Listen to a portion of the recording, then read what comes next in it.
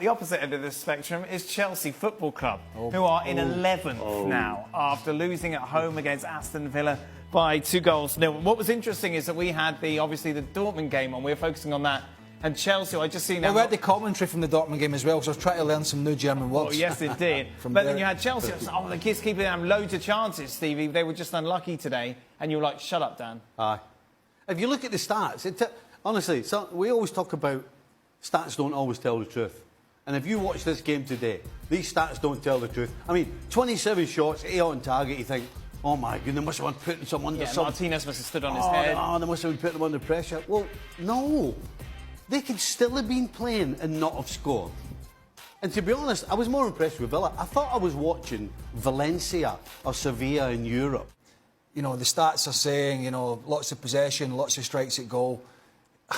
The narrative just does not change for him, Graham Potter. He needs to... I mean, the supporters will not be caring that they're missing chances. They'll not be using that as an excuse. They want to know why they're in 11th. It's an embarrassment. They've got a huge Champions League game coming up against Real Madrid. I mean, is he going to get to the end of the season? I keep thinking, they're going to give him to the end of the season. They're going to give him the summer. But then if you go to the summer, like, what evidence is there that things are going to get any better? I know. No, and it's a shame because I think he's a really good coach. But it could be right place, wrong time here. And listen, it's quite simple. If he doesn't find a way to get enough results, the fans are, and I would imagine that they did turn, and it wasn't pretty at the end, but when they really turn, the pressure's on Bowley and his cronies, and there's only one man going to fall, and that's the manager and all his staff. Any scenario in which they bring in someone before Real Madrid, Jan? Nagelsmann, Conte, they're all available. No, not Conte. No, come on. No, what we have learned skiing from this... somewhere. Yeah, exactly. Don't go skiing is the thing. But what we have learned from Chelsea this season, after the new owner came in, the biggest candidate to be the new manager is Boehly. The owner, he will probably take that job himself because I can't see him doing anything now. And I was watching the game. I had two screens watching the game, and I was thinking of all these players that plays for Chelsea who have this big price on them, but they are still developing and they still need to be developed. So when we see this team, and he cost so and so much, and Arsenal wanted Mudryk, and then he went somewhere else because of the money, but they're still developing. So, yeah, is it a tough job for Graham Potter? Yeah, it is a tough job, but if you can't take the heat, get the blah, blah, blah out of the kitchen. That is how it is. He can't only think long-term, you have to win short-term. So there is no chance. If the owner won't fire him, the fans of Chelsea will fire him, and I'm with you, boys. I love his communication. I love the person. I love the way he wants to play the game and everything he did at Brighton, Swansea, and in Swindon, in Sweden where he was. But you can't win football games.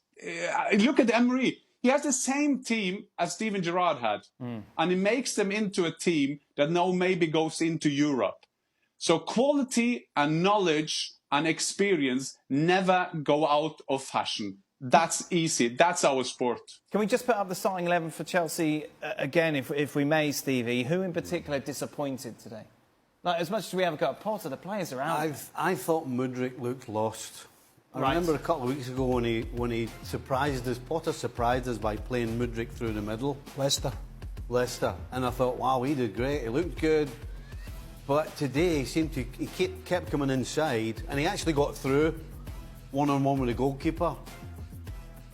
And he looked like a 14-year-old that went through because he looked as though he was scared. Right. I mean, his attempt to score was pretty embarrassing. He pretty much rolled it to the goalkeeper and hardly made him attempt a save. So I would look at Mudryk and say he's a classic example of what's wrong with this Chelsea team. There's no flow with it at all. The only side of the field is the left-hand side with Chilwell. It's where they look as though they've got some sort of connection, a little bit of passing, a little bit of movement with him. But the rest of it is just like individuals. I mean, João Felix, again, looked their best player, but only because he's got some skill and ability. But there's still no end product, But there's no end product. Well, because he's doing it on his own. Because whenever he tries to play with anybody, it falls down. Right. And that's kind of what's happening from the halfway line forward. There's no real connection with anybody. The 7, 8, 9 guys going forward who look as though they've been thrown together and they're not quite sure who's doing what. There's a bit of connection here with joining the dots with young Mudryk, and he is, as Jan said, still raw. But it's big boys' games now, isn't it, in the Premier League? Big price tag. Arsenal want him, as you mentioned. Goes for the money. It's not just the money. Obviously, Chelsea have been a successful club. But that was a big part of it. But looked great at Liverpool when he came on. Looked really threatening at Leicester, as Stevie said. Every home game I've seen him, he's looked terrible. Yeah. And it's saying to me that you can pay these guys whatever you want, but the pressure sometimes gets to players in a different way. And he is a youngster, but when you've got 40 or 50,000 of your home fans on you and you're not playing well and the team's not playing well, you've got to stand up. It's sink or swim.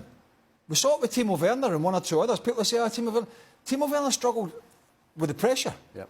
Because the fans got on his back. Yep. The fans got on Torres' back when he was there because they knew he was coming to the end. And the fans will get on these players' back. So when you're playing at home, it's even more difficult. Because you've got to puff your chest out and you hear the boos and the whistles and the groans.